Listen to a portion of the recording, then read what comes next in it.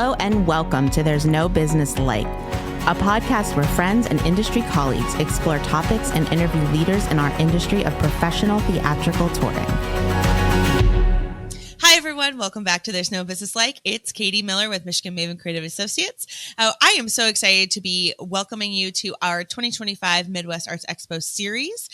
If you were at the conference, you saw our booth in the hall and maybe sat down with us for a quick chat on any number of topics about the industry today. We are going to kick off our series this week with our friend Gary Minyard, who's the Chief Creative Officer at Dayton Live in Dayton, Ohio. Gary stopped by and had a quick conversation with Kevin about the difference between audience engagement and community engagement. So we're going to hear that clip now, and then Josh, Danielle, and I are going to have a chat.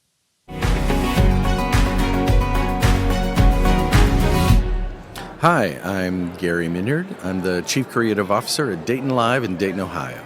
Excellent, Gary. Thanks for sitting down with us. What are we not talking about enough? Well, one of the things that we are not talking about enough is the disconnect between organizations saying audience engagement or development versus community engagement or development. Excellent. And what the difference is between really those two things. Excellent. Can you expound upon that and talk about what you see as the differences between those two things? Yeah, sure.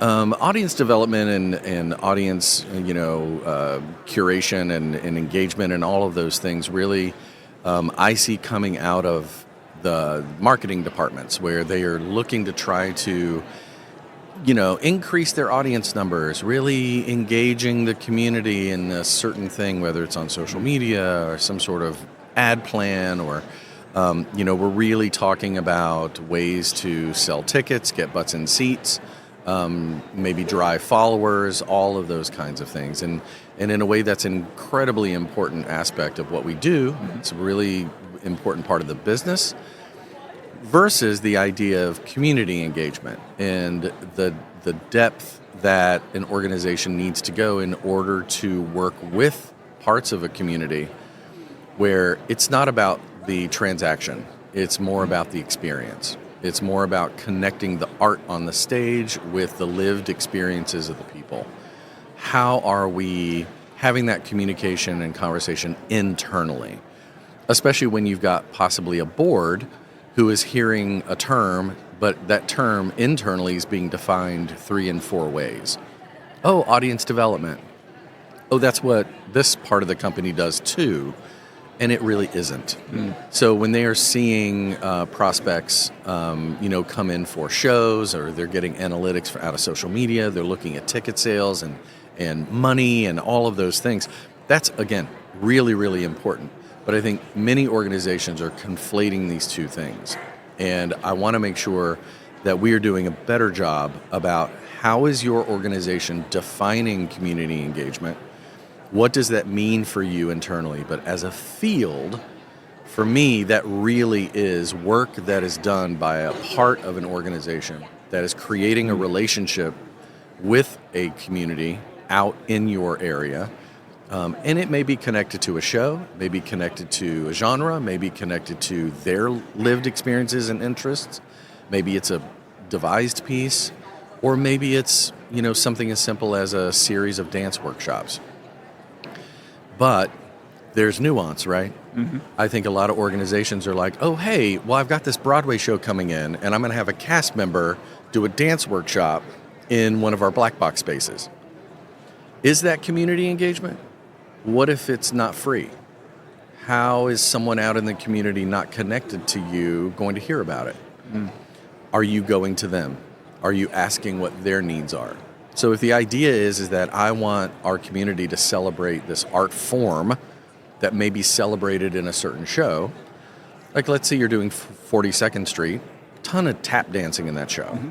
Not everybody knows how to tap dance. It's a very unique skill. It takes a lot of time to learn it. The actors and performers that are in that show are incredible athletes. You can't just say, hey, we're going to have a tap workshop and think that people outside the world of dance or tap dance are going to just flock to it. What have you been doing to generate a relationship with a part of your community that would benefit from that experience, who otherwise might not want to come to the show or have the means to come to the show? especially if there are obstacles like transportation or clearly financial, obstacles can be there. And so really looking at programs inside your buildings that have a long-lasting, effect on the population in the community where you're based. Excellent. Well, Gary, thanks for taking the time to sit with us today. Yeah, of course. Excellent.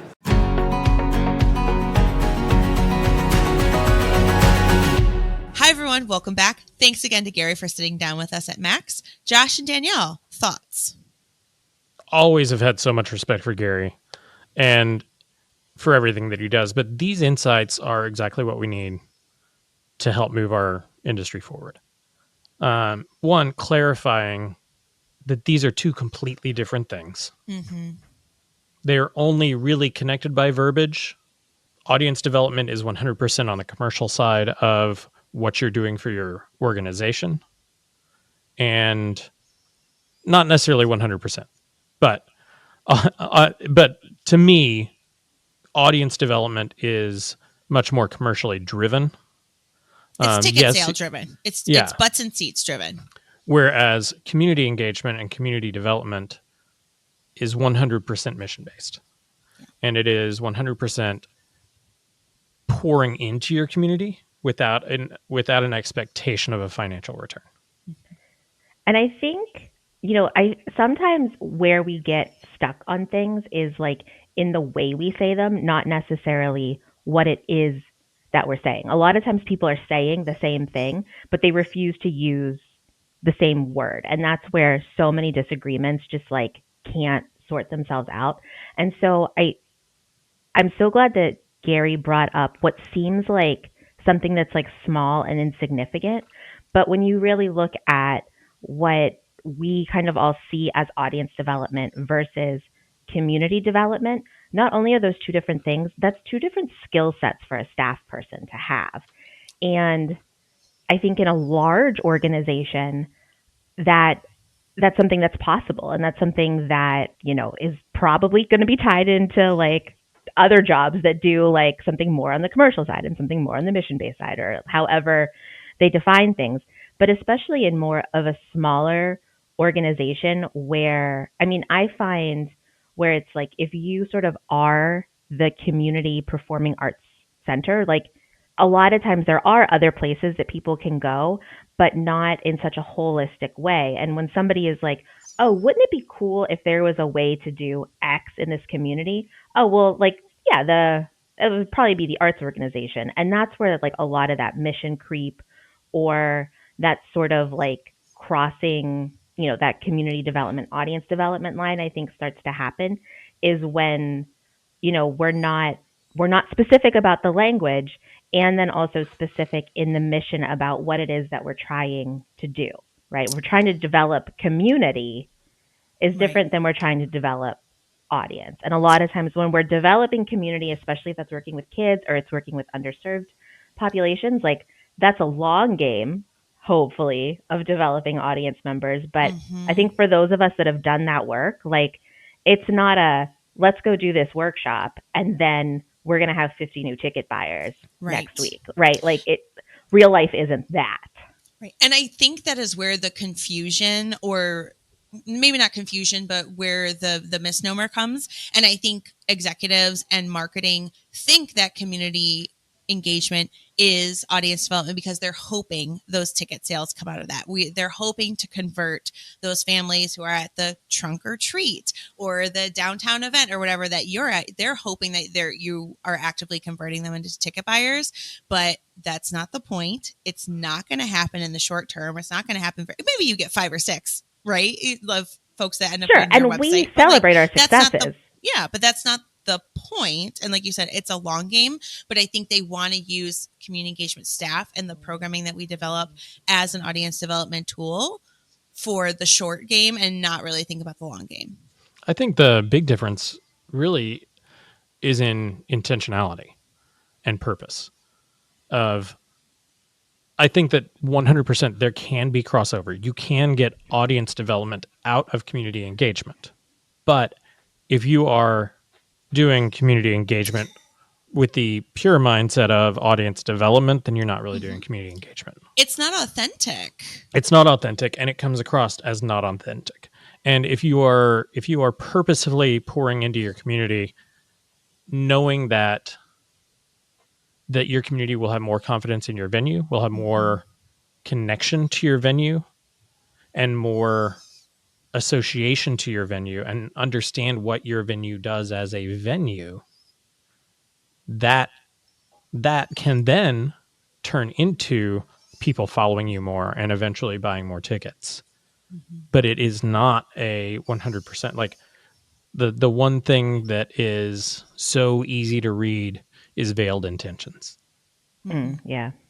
And whether you think that hey, we're doing this, if your intention is there as audience development, it's felt. If you go into community engagement thinking that it's transactional and with an intention of it being transactional, then it feels transactional. And it's not genuine. It is not something that'll actually touch your community because they feel that it's transactional, and it turns them off. And your community engagement then fails because they feel that there's something tied to it. And then they're never going to buy a ticket to any show at your No. venue because they feel like they're just being used Yes. or being pandered to. But so one thing that I want to say, like, yes, and also that Gary talked about, the idea of like, let's do a tap workshop because we have 42nd Street, and talking about like, okay, so but like, who's it for? What's it for? And one of the things that he kind of offhandedly said is a lot of athletes very athletic. And I think that that's also one of those places where we don't think necessarily to connect art forms to like the athletic programs, but there's no reason that we shouldn't be. And if, you know, they don't know that we have things that are so deeply athletic and,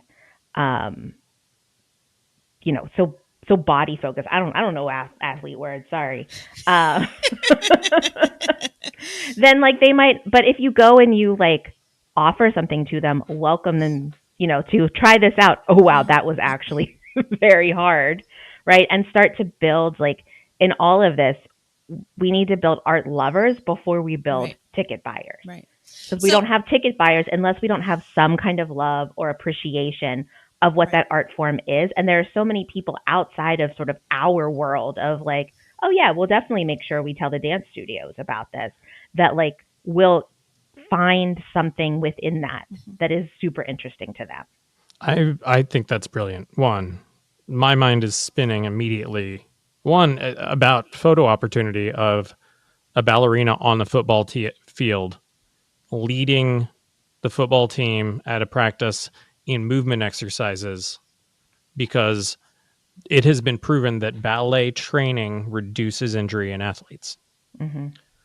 And getting dancers into programs within your high schools or within colleges or within organizations that are connected within your community, and taking the dance to them and going cross-platform to put dance into athletics is exactly the community engagement aspects that we're talking about. And it is going to them as opposed to making them come to you, which is another part that Gary mentioned in the hundreds of brilliant things that he has said.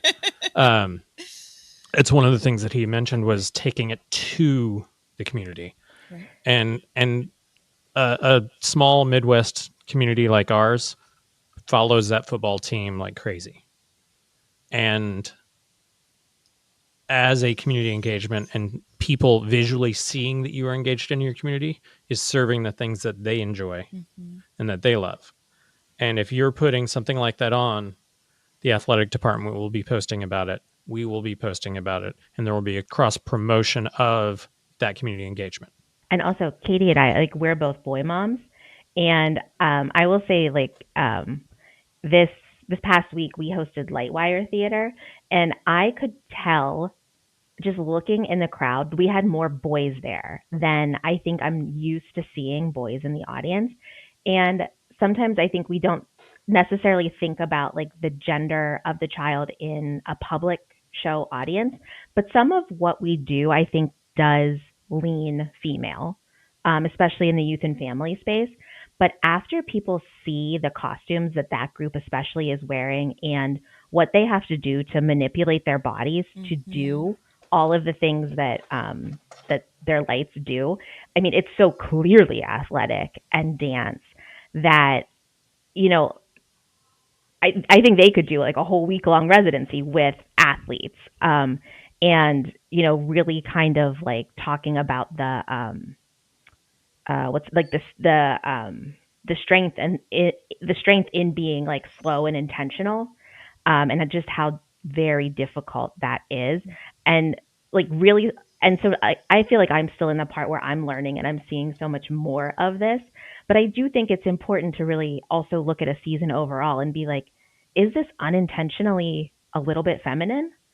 And not, you know, like as just like, we want to make sure that we're doing things that also invite in everybody. And like, I feel comfortable taking my kids to whatever, but not necessarily everybody does. Or like, they don't even realize that they're putting certain gender child in a certain bucket, right? Like things, everybody has unknown bias or bias they don't see whatsoever. I don't forget the word, but I don't know. It's an interesting thing, and this sort of cross between the super athletic, especially dance art forms, and reaching the people that love that, I think is a super important thing to do.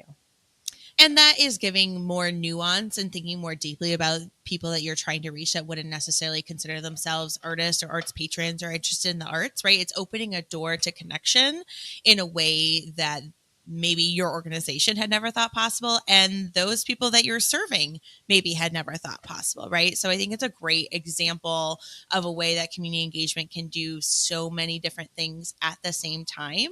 And maybe those kids don't end up coming to 42nd Street, but maybe down the line you bring in Savion Glover and they're going to come to Savion Glover, or they're going to come to Dance Theater of Harlem, or any number of, you know, dance companies or dance related things down the road, you know, that you might program, right? It's opening that door to possibility in an authentic way that relates to their experience, their lived experience, which I think is sort of what we ultimately want to get to when we do. And I think that also plays into like one of the reasons why it's hard to collect data and why it's hard to say like this is a powerful tool that we have is because a lot of those outcomes that happen from these kind of events we don't see.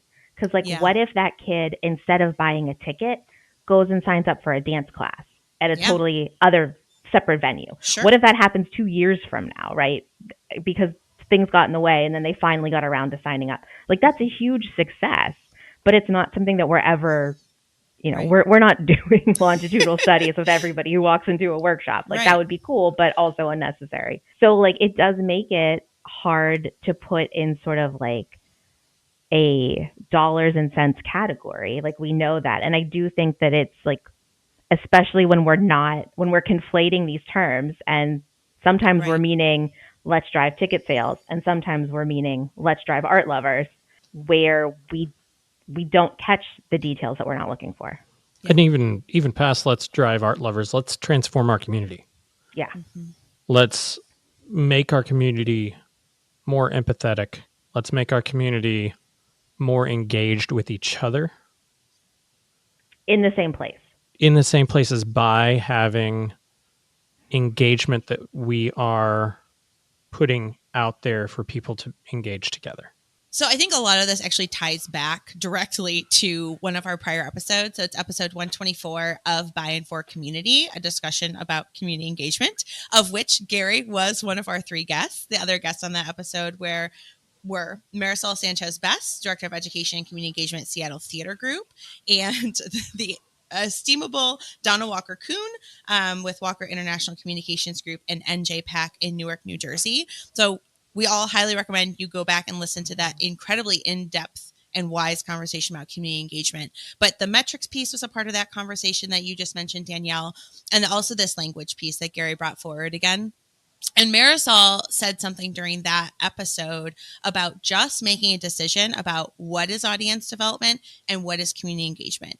We had that conversation about language at the start of our conversation today. And it's like, she made the point that eventually you just have to make a decision within your organization of what is what and who is doing what. And I think it's an incredibly valid point, and directly related to what Gary brought to us today, because we have to decide on language, and then we have to decide on what department is doing what, and we have to decide on who within those departments is taking on specific tasks. Otherwise, we're going to continue to have this sort of jumble of language and jumble of ideas and sort of this tossing the ball back and forth. No, marketing, you do it. No, community engagement, you do it. No, education, you do it, right? So I think you do eventually have to sit down and have those hard discussions and make those decisions. And here's an example of that. Before I left the Midland Center for the Arts, we were having this exact discussion because everyone's like, no, that's a marketing thing. No, that's an education thing. And I literally sat down with a spreadsheet and made a list of everything that we do out in the community. And then I went through and said, okay, which department works on this and which role within each department works on this, right? And then we took it to the larger team and we sussed it out. Who's actually doing what?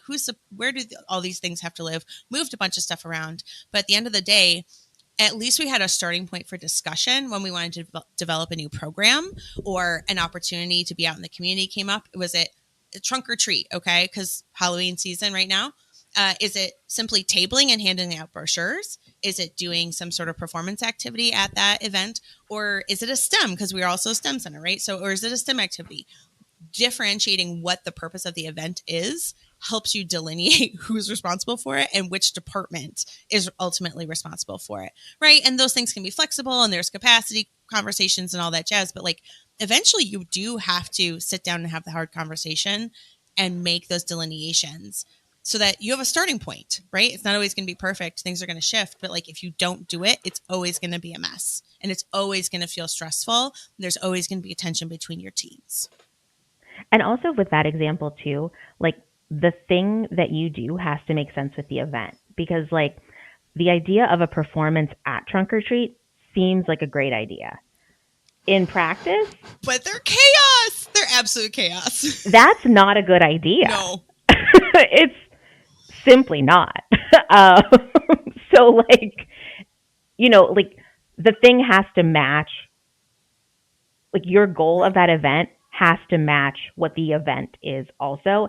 And you can't make it become an education event if it's not that, right? Like kids running around to different trunks and getting candy, you're not going to get them to stop and do like a quiet science experiment in the middle of that. Like and flyers and handouts you're gonna be at so a trunk or disappointed. treat go in the trash to clear out for the candy as soon as they get home. So I think it's also a question of like, is this an appropriate space for a marketing table or a community engagement event or an education event? I think that's a great point, Danielle. But I think unless you really sit down and have those conversations between your teams, it's always going to be one tossing the ball to the other and going, oh no, that's, you guys can do something at that event, if something like that is always housed within like the education program, education programmers are going to build an education component to it rather than a cool giveaway that somebody will actually use rather than throw in the trash, which is more of a marketing thing. Right. And not try to do the experiential, just try to be like, here's our cool giveaway and also a Snickers. We did a trunk or treat whenever we were promoting Dinosaur World Live. And we had a ball pit in an inflatable pool. And at the bottom of the ball pit was, I think we had 2,000 small toy dinosaurs down there, each one that had a tag that promoted the show. 100% marketing, interactive marketing, but 100% marketing. Right. But I think in a lot of they got to take a little toy plastic shovel and dig for the dinosaurs. Right. And like, it was a really cool interactive event at a trunk or treat, but it was 100% marketing. But in how many organizations would marketing have come up with that idea and then been like, yo, community engagement, we need to go do this thing, when it's actually not their responsibility and it's not their program, it's not their process. Like, I don't know how many times I've had to have that conversation over the course of my career of like, no, that's actually not my responsibility. And I've been to 12 things this week. Marketing, can you please actually go do the marketing event? Please, this one time? I'd appreciate it. Thanks. Bye. I'm so excited for conversations like the one we're having today that are kicked off and sourced from our listeners that have spent some time with us and sat down with us at Max. I'm so excited for more of these to come deep discussion based on great ideas that are brought to us from our listeners. Again, reference back to episode 124, Gary, Marisol, they all had amazing points in that episode. Join us again. Listen to more of these in the future as they come out. And thanks for being a part of what we're doing here. Thank you, Gary, for kicking this off. We'll see you again here on There's No Business Like. All right, everyone. Thanks for listening to There's No Business Like. Our producers and hosts are Brian Zelmer, Josh Benson, Kevin Maynard, Katie Miller, and me, Danielle Van Hook. Views expressed in this podcast are ours alone and are not reflective of the organizations we are a part of. Keep up with us at nobusinesslike.com. There you'll find links to all of our episodes and socials. If you like this podcast, give us a like, a follow, a review, or our favorite, a 5-star rating. Oh wait, what was that site? I got it, don't worry. It is nobusinesslike.com. Do I sound out bus-I-ness every time I type it? Yep, sure do. Stay in touch, my friends. Katie, I'm really disappointed that you've chosen to just crush patriarchy one day out of the year. You're really slacking.